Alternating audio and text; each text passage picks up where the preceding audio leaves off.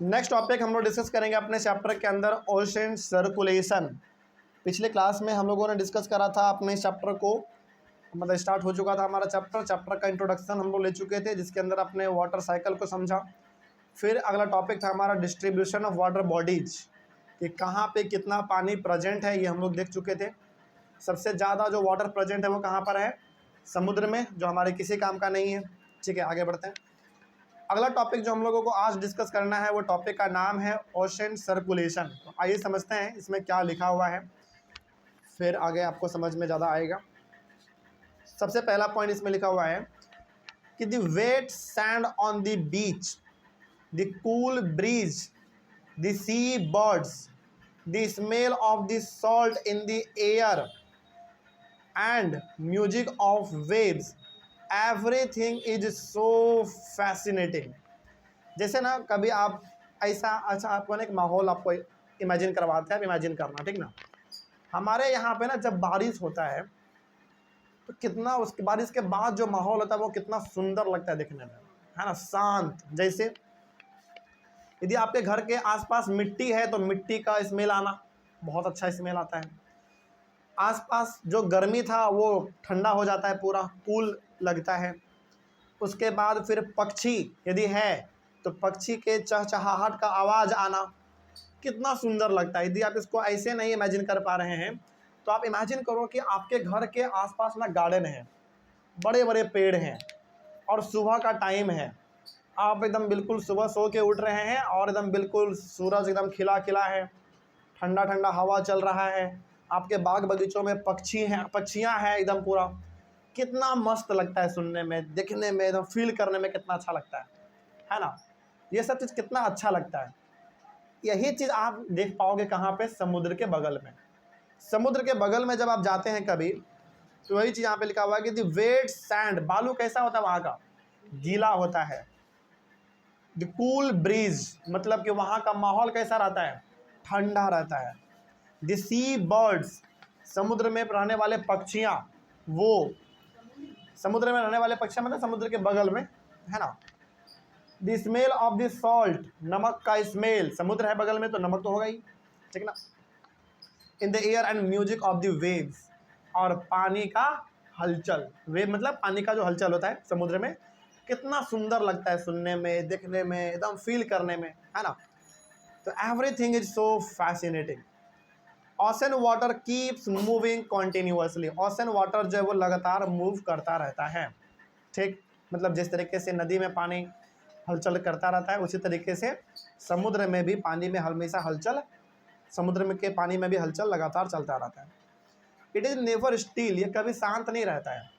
समुद्र का पानी कभी भी शांत नहीं रहता है, उसमें हमेशा हलचल लगा ही रहता है, ठीक है ना। The movements that occur in oceans can be broadly categorized as waves, tides and currents। अब समुद्र के पानी में जो ये लहर उठता है, जो हलचल मचा रहता है, इसको हम लोग 3 कैटेगरी में डिवाइड करते हैं। पहला जो कहलाएगा वो वेव होगा, दूसरा टाइड होगा और तीसरा करंट होगा, ठीक ना। ये करंट अलग करंट है, बिजली वाला नहीं है, ये अलग करंट है, ठीक ना। तो समुद्र में जो आप इतना हलचल देखते हैं, तो इस समुद्र के हलचल को हम लोग कितने कैटेगरी में डिवाइड कर लेंगे? 3 कैटेगरी में, वेव, टाइड और करंट। ओके, तो आइए हम लोग अब तीनों को एक एक करके समझते हैं कि समुद्र में होने वाले वेव क्या होते हैं। समझिए ध्यान से। वेव का पिक्चर आपके सामने है और कंटेंट आपके सामने है। पहले समझेंगे और लगातार आप पिक्चर भी देखते चलिएगा तो आपको समझ में ज़्यादा आएगा। वेव्स के बारे में क्या लिखा हुआ देखिए। When the water on the surface of the ocean rises and falls alternately, they are called waves। समुद्र का जो पानी है ना, पानी का जो ऊपर वाला हिस्सा है वो लगातार उठता रहता है, फिर बैठता रहता है, उठता है, बैठता है, राइज और फॉल लगातार चलता रहता है। इसी को हम लोग कहते हैं वेव। क्या बोलेंगे इसको? वेव बोलेंगे। कई बार ये वेव बहुत छोटा होता है, कई बार ये वेव इतना बड़ा होता है कि बड़े बड़े जहाज को ये डुबा लेता है। समझ रहे बात को आप? मतलब कई बार इतना छोटा होता है ना कि देखने में बहुत सुंदर लगता है, मज़ा आता है देखने में कि हाँ लहर उठ रहा है समुद्र में, तो मज़ा लगता है देखने में, अच्छा लगता है। लेकिन कई बार ये वेव इतना बड़ा हो जाता है इसके चपेट में यदि छोटा मोटा नाव, यहाँ तक के बड़े बड़े शिप भी यदि इसके चपेट में आ गए तो डूब के बर्बाद हो जाता है, क्योंकि ये कई बार इतना बड़ा हो जाता है कि इसका कोई हिसाब ही नहीं है। ऐसे इंसिडेंट कई सारे हुए हैं हमारे यहाँ पे कि कितने सारे जहाज है जो वेव आया और उसके चक्कर में डूब के ख़त्म हो गया। कई सारा ऐसा एग्जाम्पल आता रहता है। During a storm the winds blowing at very high speed from huge waves. तो अब सवाल है कि सर सबसे भयंकर वेव कब आएगा? जब स्टॉर्म चलेगा। स्टॉर्म मतलब आंधी तूफान आ जाए, उस समय पे समुद्र में लहर छोटा उठेगा या बड़ा उठेगा? बहुत बड़ा उठेगा। समुद्र का पानी अचानक उठेगा, अचानक बैठेगा, अचानक उठेगा, अचानक बैठेगा। ये कब होगा? जब समुद्र में एकदम भयंकर तरीके से बवंडर आ जाए, आंधी तूफान वगैरह आ जाए, है ना, ये तब होता है। आगे, दीज में कॉज ट्रिमेंडस डिस्ट्रक्शन। और यदि ये वेव आते आते समुद्र के बगल में आ गया तो सबसे ज़्यादा नुकसान किस एरिया को होने वाला है? समुद्र के बगल में जो एरिया होगा उसको नुकसान होने वाला है। समझ में आ रही है बात? मतलब यहाँ पे कहने का ये है कि समुद्र के बगल में जो शहर बसा होगा या फिर जो गांव बसा होगा, वो गांव तो एकदम 1 मिनट में बर्बाद हो सकता है यदि वेव बहुत बड़ा आ जाए तो। और ऐसा कई बार हुआ है। एग्जाम्पल आपको हम देते हैं, तमिलनाडु हमारे इंडिया का एक बहुत फेमस स्टेट है। तमिलनाडु हो गया, केरल हो गया। केरल में तो अभी फिलहाल कम है, तमिलनाडु में ये ऐसा सर हमेशा होता रहता है। लेकिन एक कहानी जो आपके एनसीईआरटी बुक में भी है वो है 2004 का कहानी है। टाइम मिले तो आपको एनसीईआरटी बुक में पढ़ना, नहीं मिले तो आपको समझा देते हैं बस। तमिलनाडु में ना 2004 में तमिलनाडु में भयंकर वेव हुआ था। मतलब समुद्र के बगल में हमारा तमिलनाडु, इतना भयंकर वेव आया कि तमिलनाडु का वो जो गांव था, जो सिटी था आसपास का, वो पूरी तरीके से बर्बाद हो गया, पूरा तहस नहस हो गया था एकदम पूरी तरीके से। तो सोचो कि एक वेव में कितना पावर रहता है कि ये आपके पूरे के पूरे गांव को, शहर को लेके डूब सकता है, बर्बाद कर सकता है, ठीक ना। तो बहुत खतरनाक होता है ये। आगे, an earthquake, a volcanic eruption or underwater landslides can shift large amounts of ocean water। अब देखो समुद्र में ना ये जो वेव उठता है ये 2-3 तरीके से उठता है। पहला तो आंधी तूफान आने की वजह से, पहला जो वेव उठेगा समुद्र में, जो वेव दिखेगा वो दिखेगा पहला आंधी तूफान की वजह से, है ना। दूसरा दिखता है अर्थक्वेक की वजह से। क्या लगता है आपको कि धरती केवल जमीन का हिलता है? पानी के नीचे जो धरती है वो नहीं हिलेगा क्या? वो भी तो जमीन पे ही पानी है ना। तो जब समुद्र में भूकंप आता है ना, जब ओशन में अर्थक्वेक आएगा तो उसका सारा पानी क्या होने वाला है? किसी एक डायरेक्शन में मूव करने वाला है। तो किसी एक डायरेक्शन में इतना ज़्यादा पानी जब मूव करेगा तो सोचो वो जिधर जाएगा, वो पानी जिस डायरेक्शन में जाएगा, उस डायरेक्शन का, उस दिशा का क्या हाल होगा। समझ में आ रही है बात आपको? आप सिंपल सा ऐसे समझो, जब आप एक बाल्टी में पानी लेते हैं और जब आप बाल्टी को हिलाते हैं तो आप देखते हैं उसमें वेव उठता है, पानी इधर उधर इधर उधर जाता है। तो उसी तरीके से यदि समुद्र में भूकंप आएगा तो पानी क्या करेगा? इधर उधर भागेगा, और इधर उधर पानी के भागने के क्रम में क्या होगा? वेव उठेगा, वो भी भयंकर वेव उठेगा, क्योंकि किस पानी पानी से टकरा रहा है ना। तो ये पानी वो पानी को धक्का मारेगा, धीरे धीरे बवंडर बड़ा हो जाएगा। तो पहला जो कारण है समुद्र में वेव उठने का वो है आंधी तूफान। दूसरा क्या कारण है? अर्थक्वेक यानी कि भूकंप। और तीसरा क्या है? Under water landslide. मतलब नीचे का जो जमीन है हमारा, उसमें भी लैंडस्लाइड होता है। मतलब जमीन अंदर का जो जमीन है ना वो भी खिसक जाता है। आपने लैंडस्लाइड हमेशा देखा होगा पहाड़ों पे कि चट्टान वहां से हिला और धड़कते धड़कते लुढ़कते लुढ़कते नीचे गिर गया, इसी को हम लोग कहते हैं लैंडस्लाइड। लेकिन लैंडस्लाइड केवल पहाड़ों में नहीं होता, लैंडस्लाइड पानी के नीचे भी होता है। वहाँ पे जमीन क्या हो जाएगा? खिसक जाएगा। और ज़मीन खिसकने का सिंपल सा मतलब है, एक तरफ ज़मीन ऊंचा हो जाएगा और एक तरफ ज़मीन नीचे हो जाएगा। तो जो ज़मीन नीचे हुआ उधर आने वाला है भयंकर तबाही। समझ में आया? तो ये 2-3 कारण है जिससे समुद्र में वेव आपको देखने को मिलता है। आगे, as a result a huge tidal wave called tsunami that may be as high as 15 metre is found. तो होता क्या है अब वो समझो आप। ये जो भयंकर तरीके का सुनामी जो वेव दिखता है, इसको हम लोग बोल देते हैं सुनामी। देखो, वेव और सुनामी में थोड़ा सा डिफरेंस है। वेव का मतलब होता है सिंपल सा पानी में लहर उठना, हलचल उठना, और सुनामी का मतलब होता है जब यही लहर थोड़ा सा भयंकर हो जाए, बड़े लेवल पे हो जाए, इतना भयंकर हो जाए कि किसी को भी ये बर्बाद कर सकता है, किसी को भी, मतलब किसी भी गांव को, किसी भी शहर को। इसको हम लोग क्या बोल देते हैं? सुनामी बोल देते हैं। तो 2004 में जो तमिलनाडु में वेव आया था, वो तमिलनाडु के कई सारे शहर और कई सारे गाँव को बर्बाद कर दिया। तो उसको हम क्या बोलेंगे? वेव या सुनामी बोलेंगे? सुनामी बोलेंगे हम उसको, ठीक ना। चलिए आगे बढ़ते हैं। अगला, तो ये जो है, जो सुनामी है वो कितना हाई तक जा सकता है? 15 मीटर ऊंचा। और 15 मीटर ऊंचा का मतलब आप इसको सिंपली ऐसे समझो, 1 मीटर में कितना सेंटीमीटर? 100 सेंटीमीटर। 1 मीटर में 100 सेंटीमीटर। और यहाँ पे बात हो रहा है 15 मीटर, मतलब कितना सेंटीमीटर? 1500, 1500। 1500 सेंटीमीटर ऊंचा तक आपका सुनामी आ सकता है, यानी कि पानी का लहर उठ सकता है। इतना होता है ना तो नॉर्मल माना जाता है, कोई दिक्कत नहीं है। थोड़ा बोरा तबाही मचाएगा, फिर वो शांत हो जाएगा, ठीक। मतलब यदि आपका सुनामी का जो हाइट है, जो बवंडर का हाइट है, वो 15 मीटर तक यदि है तो ठीक है, मतलब तबाही मचाएगा, लेकिन ज़्यादा तबाही वो नहीं मचा पाएगा। समझ में आ रही है बात आपको? अच्छा, 15 मीटर ऊंचा का मतलब क्या समझ रहे हैं आप? 15 मीटर ऊंचा का सिंपल सा मतलब आप समझो, अप्रोक्स यदि मैं आपको बताऊं तो लगभग 2 मंजिला बिल्डिंग से लेकर 3 मंजिला बिल्डिंग तक इतना ऊंचा पानी का बवंडर आपको दिखेगा। और ये उतना भी भयंकर नहीं होता है, लेकिन हाँ, यदि छोटा मोटा गांव यदि आपके उस चक्कर में आ गया तो वो पूरी तरीके से बर्बाद हो जाएगा। क्योंकि 1-2 मंजिला बिल्डिंग जितना ऊंचा पानी का होना वो भी आम बात नहीं है, बहुत बड़ी बात है। समझ रहे बात को आप? वो सीधा सीधा गाँव को लेके डूब सकता है, ठीक ना। तो सुनामी का जो एक एवरेज हाइट रहता है लगभग 15 मीटर के आसपास रहता है। 15 मीटर का मतलब हो गया लगभग आपका 2 मंजिला से लेकर 3 मंजिला बिल्डिंग तक, ठीक ना। इतना हाइट आपका दिखेगा बवंडर का। The largest tsunami ever measured was 150 metre high. सोचो, मतलब यदि 15 मीटर तक यदि सुनामी है, ऊंचाई उसका यदि है, तो वो नुकसान पहुंचाएगा, लेकिन छोटा मोटा नुकसान पहुंचाएगा आपको। तो सोचो, सबसे भयंकर आज तक का जो सुनामी का रिकॉर्ड किया गया है, सुनामी का हाइट वो 150 मीटर हाई। इसका मतलब समझते हैं आप?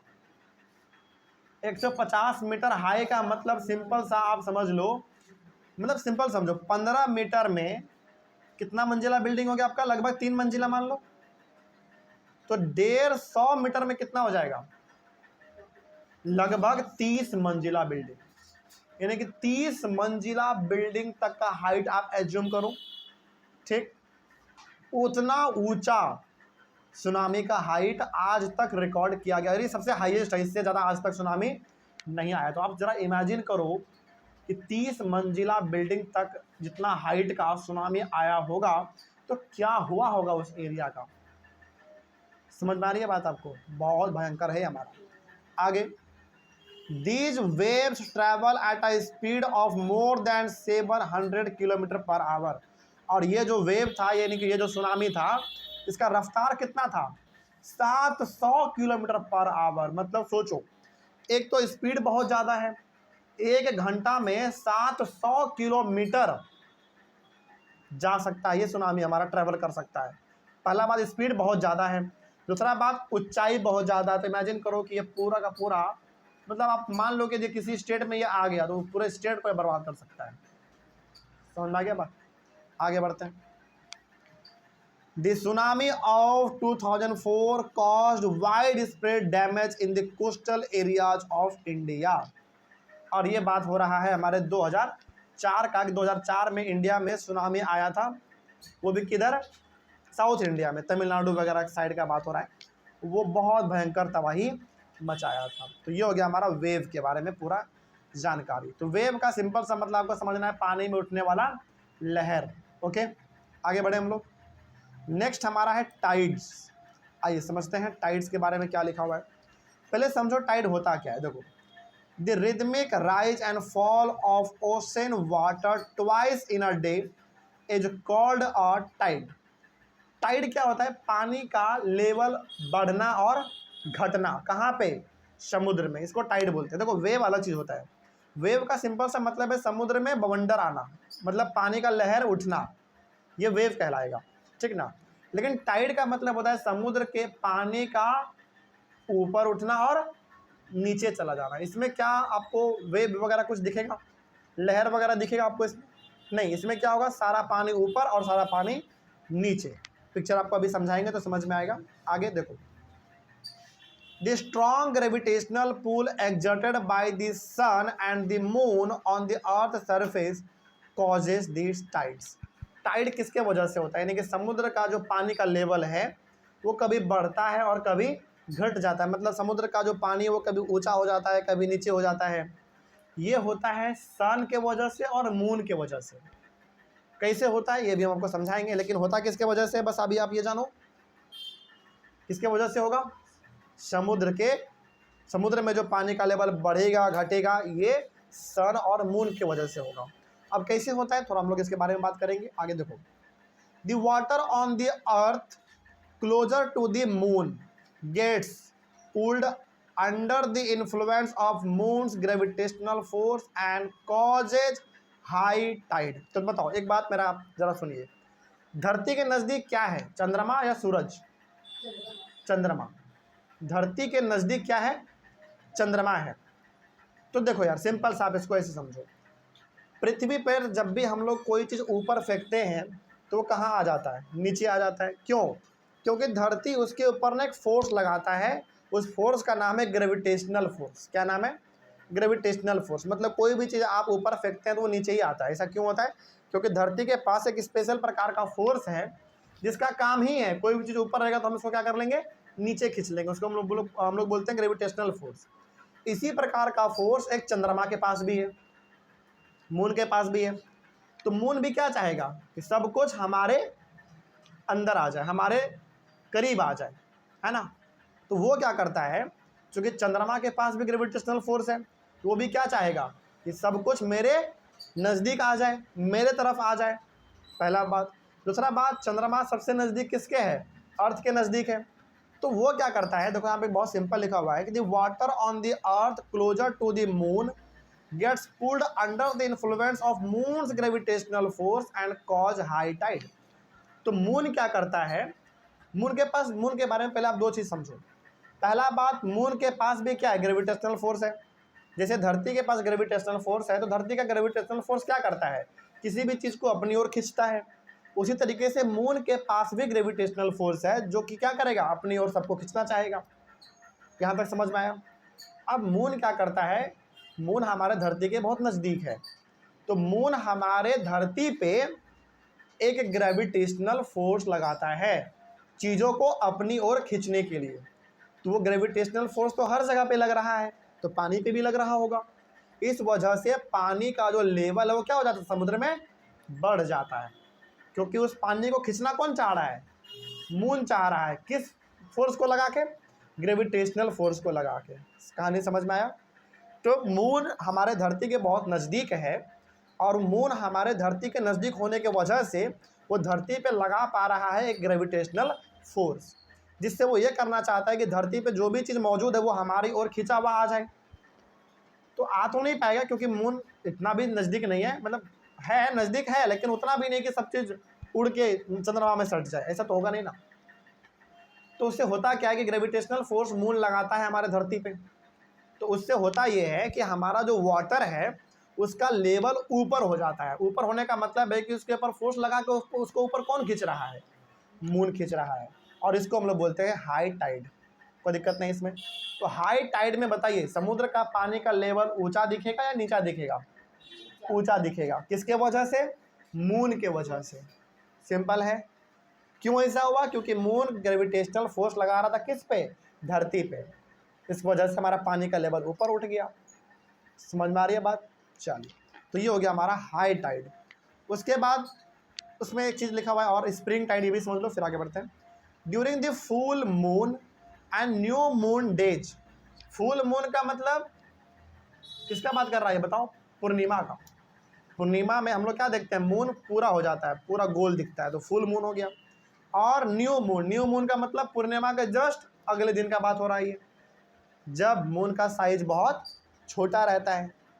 तो जब मून का साइज बहुत बड़ा हो उस समय पे, और जब मून का साइज सबसे छोटा हो उस समय पे क्या होता है, the sun, the moon and the earth are in the same line and the tides are highest. These tides are called spring tides. देखो होता क्या है, during the full moon and new moon days, जब पूर्णिमा का दिन होता है और पूर्णिमा के जस्ट अगले दिन का जब दिन होता है, उस समय पे मून, सन और अर्थ तीनों एक लाइन में होता है। तीनों एक लाइन में होता है, मतलब प्लैनेट का बात हम कर रहे हैं। आपके एनसीईआरटी बुक में भी है, आप उसमें देख पा रहे होंगे। नहीं भी समझ में आए तो सिंपल से ऐसे समझो, आपके बुक में आप वहाँ जब पिक्चर को देखोगे समझ में आएगा, लेकिन आप इसको फिलहाल ऐसे समझो कि पूर्णिमा के दिन चंद्रमा होता है पूरा गोल, उसके जस्ट अगले दिन हो जाता है चंद्रमा बिल्कुल छोटा। समझ में आ रही है बात? फिर वो धीरे धीरे बड़ा होते होते होते फिर पूर्णिमा में बड़ा हो जाएगा, तो ऐसा वो चलता रहता है। तो पूर्णिमा के दिन और उसके अगले दिन चंद्रमा, सूरज और पृथ्वी तीनों एक ही लाइन में होता है। इस वजह से क्या होता है ना कि मून ज़्यादा अपना ग्रेविटेशनल फोर्स लगा पाता है किसके ऊपर, धरती के ऊपर। और उस दिन सबसे ज़्यादा आपको टाइड दिखेगा समुद्र में, मतलब उस दिन समुद्र में पानी का लेवल सबसे ज़्यादा दिखेगा आपको। समझ में आ रही बात? तो क्या पूछे ऐसा क्यों होता है, तो सिंपल सा बताना, तीनों सेम लाइन में होता है। सेम लाइन में होने की वजह से चंद्रमा ग्रेविटेशनल फोर्स ज़्यादा लगा पाता है अर्थ के ऊपर, इसीलिए वो पानी को ज़्यादा ऊपर खींच पाता है। तो पूर्णिमा के दिन और उसके अगले दिन समुद्र में जो पानी का लेवल होता है वो काफ़ी ऊपर होता है, ठीक है ना, बिकॉज ऑफ ग्रेविटेशनल फोर्स, क्योंकि तीनों एक लाइन में होता है। ठीक है, आगे बढ़ते हैं। इसी को हम लोग क्या बोल देते हैं, स्प्रिंग टाइड।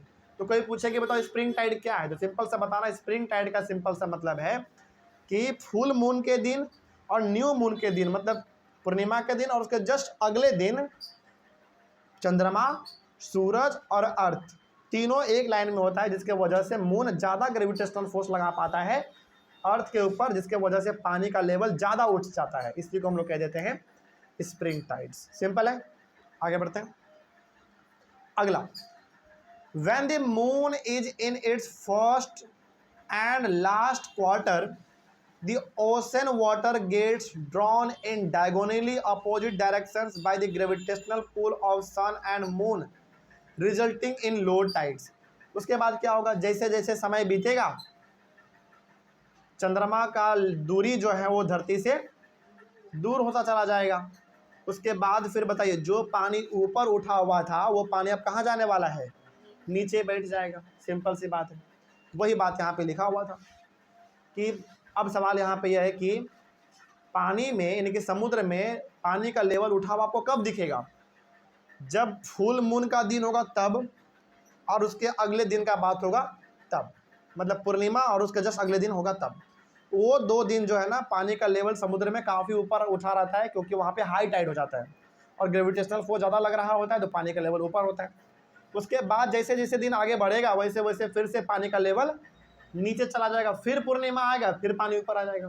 तो ये high tide low tide, high tide low tide हमेशा लगातार हमारा पानी में चलता रहता है, ठीक है ना। इसी को हम लोग कहते हैं टाइड्स। तो टाइड्स कितने प्रकार के, 2 प्रकार का, एक लो टाइड, एक हाई टाइड। लो टाइड कब बनेगा, जब दूरी बढ़ता जाएगा चंद्रमा का धरती से, ये लो टाइड हो जाएगा हमारा, मतलब पानी का लेवल घट जाएगा। और हाई टाइड कब होगा, जब पूर्णिमा का दिन होगा या फिर उसके अगले दिन का बात होगा। सिंपल है ना, आगे बढ़े चलिए। High tides help in navigation. High tide का हम लोग इस्तेमाल करते हैं नेविगेशन के लिए। नेविगेशन का मतलब हो गया खोजबीन करने के लिए कि कौन सा जगह किधर है, इन प्रकार के चीज़ों के लिए। हालांकि इसका इस्तेमाल ज़्यादातर लोग वो करते हैं जो समुद्र में रहते हैं। समुद्र में रहने का मतलब हो गया कि जिनका सपोज आपका आर्मी वगैरह, नेवी का बात हम कर सकते हैं, नेवी वगैरह इनका इस्तेमाल ज़्यादा करते हैं। हम लोग इसका इस्तेमाल उतना नहीं कर पाएंगे क्योंकि हम लोगों को इसका प्रॉपर अभी तक आइडिया भी नहीं है कि अगर उसका इस्तेमाल वो लोग कैसे करते हैं। मतलब पानी का लेवल देख के वो लोग बता देते हैं कि किधर हमको जाना है, क्या करना है, इतना आइडिया उन लोग का एक्यूरेट होता है। This help this ships to arrive at the harbour more easily. सीप को भी इससे फ़ायदा मिलता है। सीप को आसानी से पता चल जाता है कि मेरा बंदरगाह किधर है। बंदरगाह का मतलब जहाज़ को किधर जाके लगाना है साइड में, आइडिया लग जाता है उनको। पूरा मशीन होता है इसके पीछे का, ऐसा नहीं कि बस समुद्र को देखा और आइडिया लगा लिया कि हमको इधर जाना है, इधर मेरा बंदरगाह है, इधर मेरा पोर्ट है, उधर जाके सीप को लगा देना, वैसे नहीं होता। इसके पीछे मशीन भी काम करता है। ठीक है, आगे। High tide also help in fishing. एक बड़ा फ़ायदा होता है हाई टाइड से, पता है किसको? मछुआरे को। जो मछली वगैरह पकड़ते हैं उनको हाई टाइड का बहुत फ़ायदा होता है। पता है क्यों? क्योंकि सारा मछली जो नीचे रहता है वो हाई टाइड में कहाँ आ जाता है? ऊपर आ जाता है, और वो जाल लगा के आसानी से पकड़ लेते हैं। तो पूर्णिमा का दिन मछुआरों के लिए बड़ा खास दिन होता है, क्योंकि उसको पता है इस दिन मछली सारा कहाँ आने वाला है? ऊपर आने वाला है, क्योंकि पानी का लेवल बढ़ने वाला है। तो जाल लेकर जाते हैं, रात भर जाल लगा के छोड़ते हैं, और सुबह उठाते हैं तो पूरा मछली उनको मिल जाता है ना। तो फिशिंग में भी हमको बहुत मदद करता है। आगे, the rise and fall of water due to tides is being used to generate electricity in some places. क्योंकि पानी का लेवल कभी बढ़ता है, कभी घटता है, कभी बढ़ता है, कभी घटता है, तो इसका हम लोग इस्तेमाल कर लेते हैं बिजली बनाने के लिए भी। अगेन, ये इतना सिंपल नहीं होता, बहुत इसके पीछे लंबा प्रोसेस है, इसके पीछे बहुत बड़ा सिस्टम काम करता है, तब जाकर हमारा बिजली बनता है। तो ये सब चीज़ हो गया हमारा टाइड्स के बारे में। और टाइड्स का यूज़ क्या है ये भी आपने समझ लिया। नेविगेशन में मतलब डायरेक्शन का पता लगाने के लिए, हमारा पोर्ट किधर है वहाँ पहुँचने के लिए, फिशिंग करने के लिए, इलेक्ट्रिसिटी प्रोड्यूस करने के लिए, इन सब चीज़ों के लिए हम लोग हाई टाइड और लो टाइड का इस्तेमाल करते हैं। ज़्यादातर तो हाई टाइड का इस्तेमाल ज़्यादा होता है, लो टाइड का इस्तेमाल बहुत कम होता है हम लोग के लिए। तो यहाँ पे पिक्चर लिखा हुआ है, आप देख रहे होंगे नीचे, लो टाइड जोन, फिर बीच में मिडिल टाइड जोन, और फिर लास्ट में हाई टाइड जोन। तो इस प्रकार का जोन हमारा बनता रहता है। आगे बढ़े, कहानी समझ में आ गया सबको? अगला है हमारा ओशन करेंट्स। तो आइए समझते हैं ये ओशन करेंट क्या होता है, देखते हैं। Ocean currents are streams of water flowing constantly on the ocean surface in definite direction. आपने कभी देखा है समुद्र में ना, पानी किसी एक ही डायरेक्शन में मूव करेगा? समुद्र में ही नहीं, नदी में भी ऐसा ही होता है। जिधर हवा चल रहा होगा उधर की ओर ही हमारा, जिधर की ओर हवा चल रहा होगा उधर की ओर ही पानी मूव कर जाता है। मान लीजिए हवा चल रहा है ईस्ट से वेस्ट की ओर, तो पानी भी किधर से किधर मूव करेगा?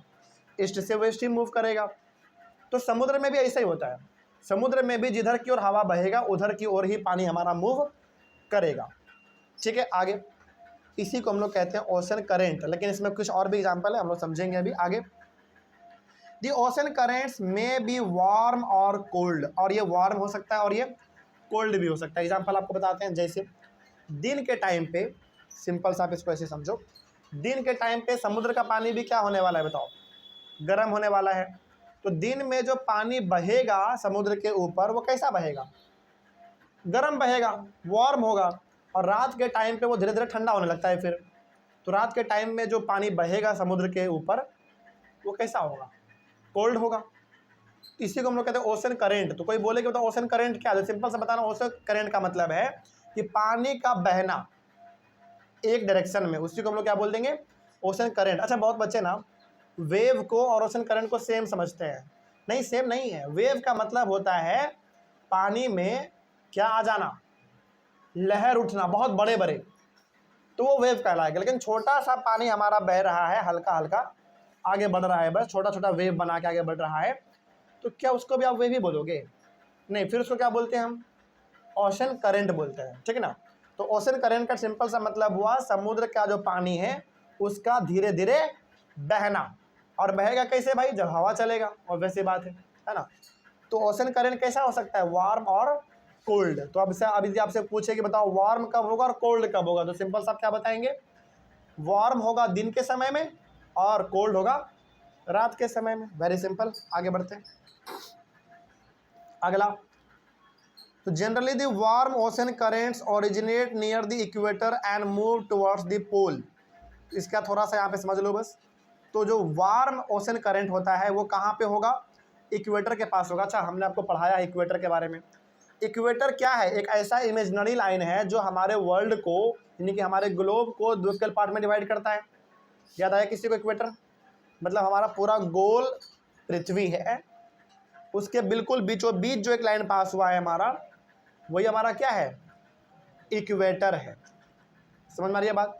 और हमने आपको एक चीज़ ये भी बताया कि गर्मी सबसे ज़्यादा कहाँ पड़ेगा, इक्वेटर के पास ही पड़ेगा। तो बताइए वार्म ओशन करेंट कहाँ होने वाला है सबसे ज़्यादा, इक्वेटर के पास होगा ना। तो इक्वेटर के पास जो भी समुद्र होगा वहाँ पे वार्म ओशन करेंट आपको ज़्यादा देखने को मिलेगा, क्योंकि इक्वेटर के पास गर्मी ज़्यादा पड़ता है, ये हम लोग पढ़े हुए हैं। सिंपल सा समझो यार, वार्म ओशन करेंट कहाँ पे देखने को मिलेगा, जहाँ पे गर्मी सबसे ज़्यादा होगा। और गर्मी सबसे ज़्यादा पृथ्वी पे कहाँ पे होगा, जहाँ से इक्वेटर होके गुजरता है। सिंपल है ना। तो इक्वेटर के नीचे जो समुद्र या फिर नदी वगैरह आएगा, तो वहाँ पे आपको वार्म ओशन करंट देखने को मिलेगा, क्योंकि वो जगह कहाँ पे, इक्वेटर के बगल में है और इक्वेटर पे गर्मी ज़्यादा पड़ता है, तो वहाँ पे वार्म ओशन करंट देखने को मिलेगा। उसके बाद the cold ocean currents, the cold currents carry water from polar to higher altitudes to tropical और लोअर एल्टीट्यूड्स। उसके बाद जब आप इक्वेटर से ऊपर यानी कि नॉर्थ पोल या फिर इक्वेटर से नीचे यानी कि साउथ पोल आप जब जाएंगे, तो क्या लगता है आपको कि वहाँ पे भी वार्म ओशन करंट मिलेगा या कोल्ड ओशन करंट मिलेगा, कोल्ड मिलेगा, क्योंकि नॉर्थ पोल पे और साउथ पोल पे क्या है, ठंडा ज़्यादा है। तो इक्वेटर पे आपको मिलेगा वार्म ओशन करंट और नॉर्थ पोल और साउथ पोल पे मिलेगा आपको कोल्ड ओशन करंट, क्योंकि वहाँ पे ठंडा ज़्यादा होता है। कहानी सिंपल है, समझ में आ रहा है सबको। चलिए आगे बढ़ते हैं। उसके बाद है the ocean current influence the temperature condition of the area. Simple सी बात है ना यार, ऐसे समझो। इक्वेटर के पास जो ओशन होगा वहाँ पे कैसा वाला करंट होगा, वार्म। तो उसके आसपास का जो एरिया होगा वो भी कैसा होगा, वार्म ही होगा, गर्म ही होगा, क्योंकि हवा ऐसा थोड़ी है कि समुद्र का हवा केवल समुद्र में ही रहेगा, वो हवा तो ज़मीन पे भी आ सकता है ना। तो जहाँ पे वार्म ओशन करंट होगा वहाँ का जगह भी वार्म होगा, मतलब वहाँ पे गर्मी ज़्यादा होगा।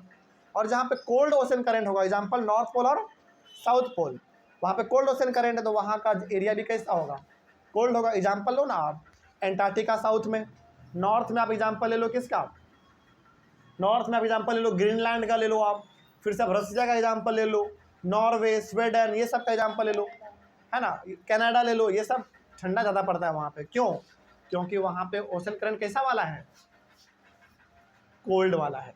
समझ में आया बात।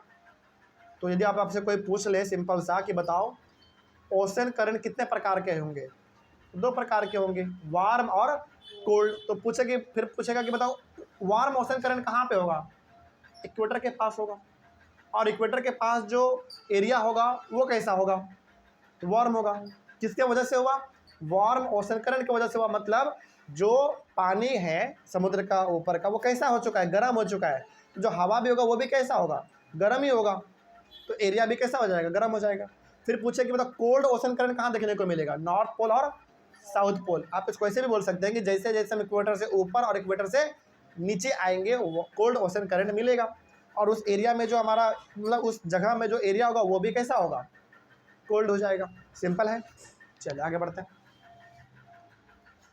तो वार्म ओशन करंट और कोल्ड ओशन करंट जो है ना, किसी जगह का टेम्परेचर डिसाइड कर देता है, ठीक है ना। इक्वेटर के पास के एरिया का टेम्परेचर आप देखो हमेशा हाई रहेगा, गर्मी ज़्यादा पड़ेगा, लेकिन नॉर्थ पोल और साउथ पोल का एरिया देखो आप हमेशा टेम्परेचर कम रहता है, क्योंकि ठंडा पड़ता है वहाँ पे।